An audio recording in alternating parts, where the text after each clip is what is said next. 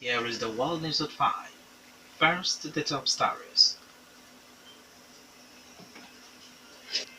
Ogun plans supplementary budgets to complete road projects in 2017 budget. Buhari worried over unpaid salaries, asked state governors to clear them. The Sultan wants politicians to stop politicizing health and security issues. Obasanjo meets McCarthy in Abeokuta says he will never return to PDP.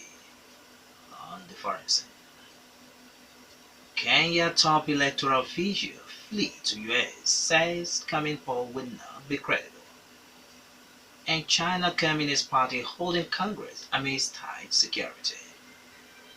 A very good evening to you. My name is Kunle. Alaye bringing you the news in detail shortly. Ogun State government plans to send a supplementary 2017 appropriation bill to the State House of Assembly to provide for more funds to complete some of its ongoing road projects. Works and Infrastructure Commissioner Olamilekun Adebite says 15.37 billion naira, representing 93% of the 16.5 billion naira approved for capital projects in the 2017 budget, had already been spent on the construction and rehabilitation of roads across the state as of last August 31st. Adebite made this known while receiving members of the House of Assembly Works and Infrastructure Committee who are monitoring the implementation of the ministry's 2017 budget. He explains that the ministry is also working closely with the Budget and Planning Ministry on the proposed supplementary appropriation bill.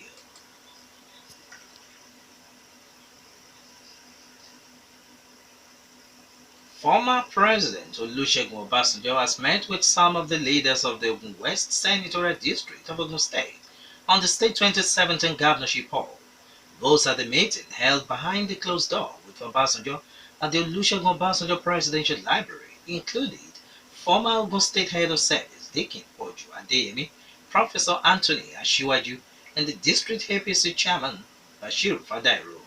One of the leaders who spoke to Roxy FM after the meeting says they came to see Obasanjo as part of the agenda of Yewa to produce the next Ogun State governor. Obasanjo is a major advocate of the rotation of the state governorship to the Yewa axis in the interest of justice and equity. President Muhammadu Buhari has again expressed concern over the growing agitations by civil servants nationwide over their unpaid salaries by most of the state governments. Buhari says he is worried over the complaints of the workers despite the various intervention funds released by the presidency, including bailout funds and Paris London Club's loan, told the states to clear the backlog of salaries. The president spoke on the issue during the meeting with a delegation of the Nigerian Governors Forum, led by its chairman, Governor Abdulaziz Yari, at the presidential villa, Abuja. Buhari urges the governors to give urgent attention to the plight of workers on their payroll who are barely surviving due to the unpaid wages. For instance, Buhari wonders how the unpaid workers are managing to feed their families, pay their rents, and settle their children's school fees. Other governors at the meeting included those of Kebbi, Bauchi, Kwara, Ondo, Jigawa, and Ebonyi State.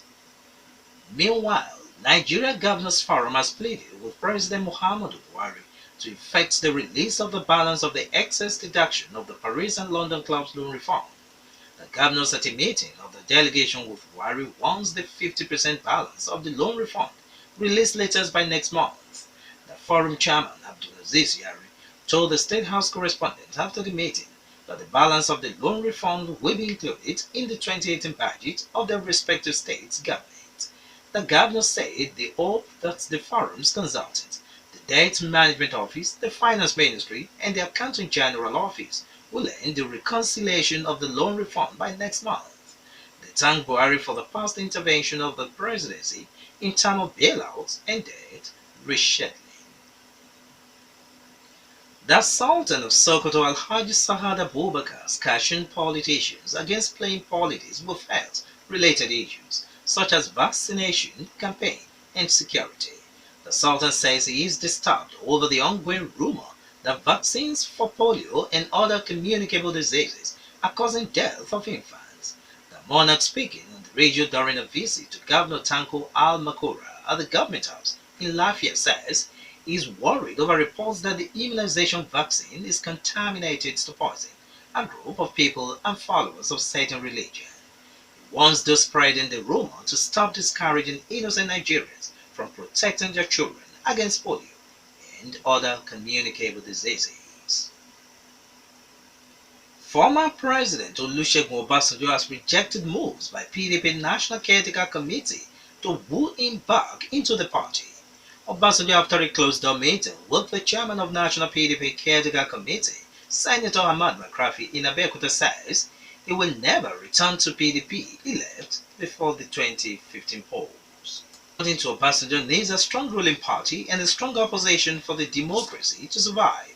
Obasanjo, who is a former chairman of PDP Board of Trustees, met Makrafi behind the closed door at the Olusegun Obasanjo Presidential Library, Abeokuta. PDP leaders in Makrafi's entourage included Southwest PDP Caretaker Committee Chairman Dr. Eddie Olafiso, a former minister Alhaji Sharafuddin Ishola, and Alhaji Sikiru Lai. Meanwhile, Ogun State PDP faction led by Chief Adebayo Dayo has protested the failure of Chairman of PDP National Caretaker Committee Ahmed Makrafi to visit the state secretariat after his visit to former President Olusegun Obasanjo in Abeokuta. Dayo, who heads the State Executive Committee, recognized by the court orders, told newsmen that he would never recognize Makrafi as PDP National Chairman for disregarding him as the Ogun State Party Chairman. He asked Makrafi to respect the court's verdict, which recognizes him as the authentic state chairman of the party, warning that the party will be the loser if the National Caretaker Committee fails to resolve the crisis in Ogun PDP. He also says the former Governor Benga Daniel is not qualified to contest for the position of the party's national chairman. You are still listening to the World News at 5 from Rock City 101.95. Up next, we bring you foreign, business and sport news. Please do stay with us. A senior member of Kenya's Electoral Commission has resigned, saying the country is unable to hold credible elections next week.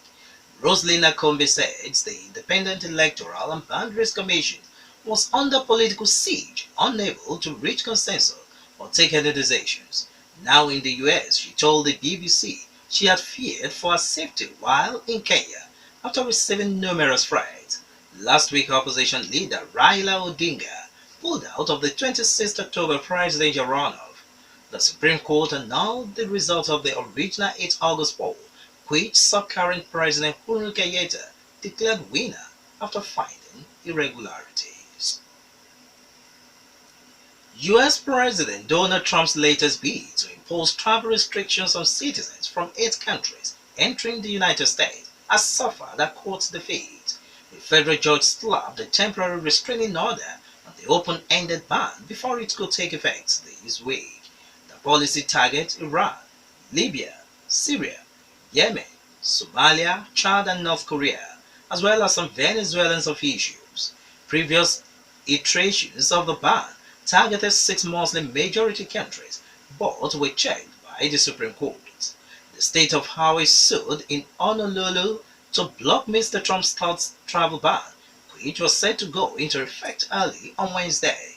Meanwhile, Washington State, Massachusetts, California, Oregon, New York, and Maryland are also seeking to block the new ban in Seattle. White House Press Secretary Sarah Huckabee Sanders said in a statement the latest order was dangerously flawed and underscored efforts to keep Americans safe. The president's original ban in March was highly controversial as it affected 6 majority Muslim countries and was widely labeled a Muslim ban. China's biggest political event, the Communist Party Congress, has begun in Beijing under tight security. Chinese President Xi Jinping addressed more than 2,000 delegates in the capital for more than 3 hours. In a speech, Mr. Xi said, socialism with Chinese characteristics in this new era meant China had become a great power in the world, but should not copy foreign political systems. The closed-door meeting, which takes place once every 5 years, determines who rules China and the country's direction for the next term. The Congress, which also decides on a roadmap for China for the next 5 years, is expected to finish next week. Shortly after the Congress ends, the party is expected to unveil the new members of China's top decision-making body, the Politburo Standing Committee, who will steer the country. And up next in the World News at 5 is business news. The Senate has backed the position of the presidency that rich Nigerians must pay more taxes. Finance Minister Kemi Adeosun, addressing newsmen at the IMF World Bank meeting in Washington, D.C., had said that Nigerians with high income must pay more taxes.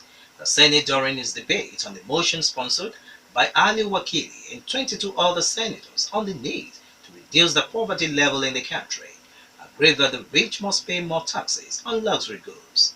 Deputy Senate President Ike Ikerimadu, who presided over the plenary, also canvasses that rich Nigerians must pay more taxes, while the poor ones must pay less taxes to lift poor Nigerians out of poverty.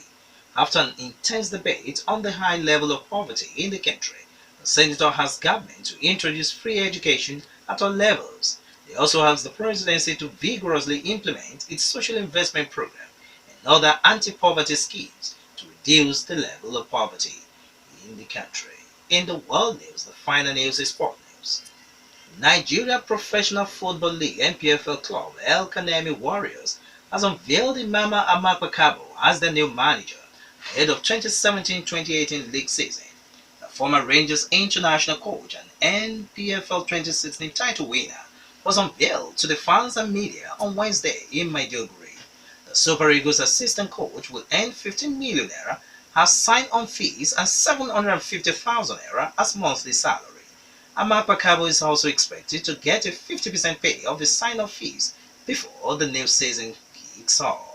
And that was the world news at 5, but just before we go, the major stories once again. News at 5. Ogun plans supplementary budget to complete road projects in 2017 budget.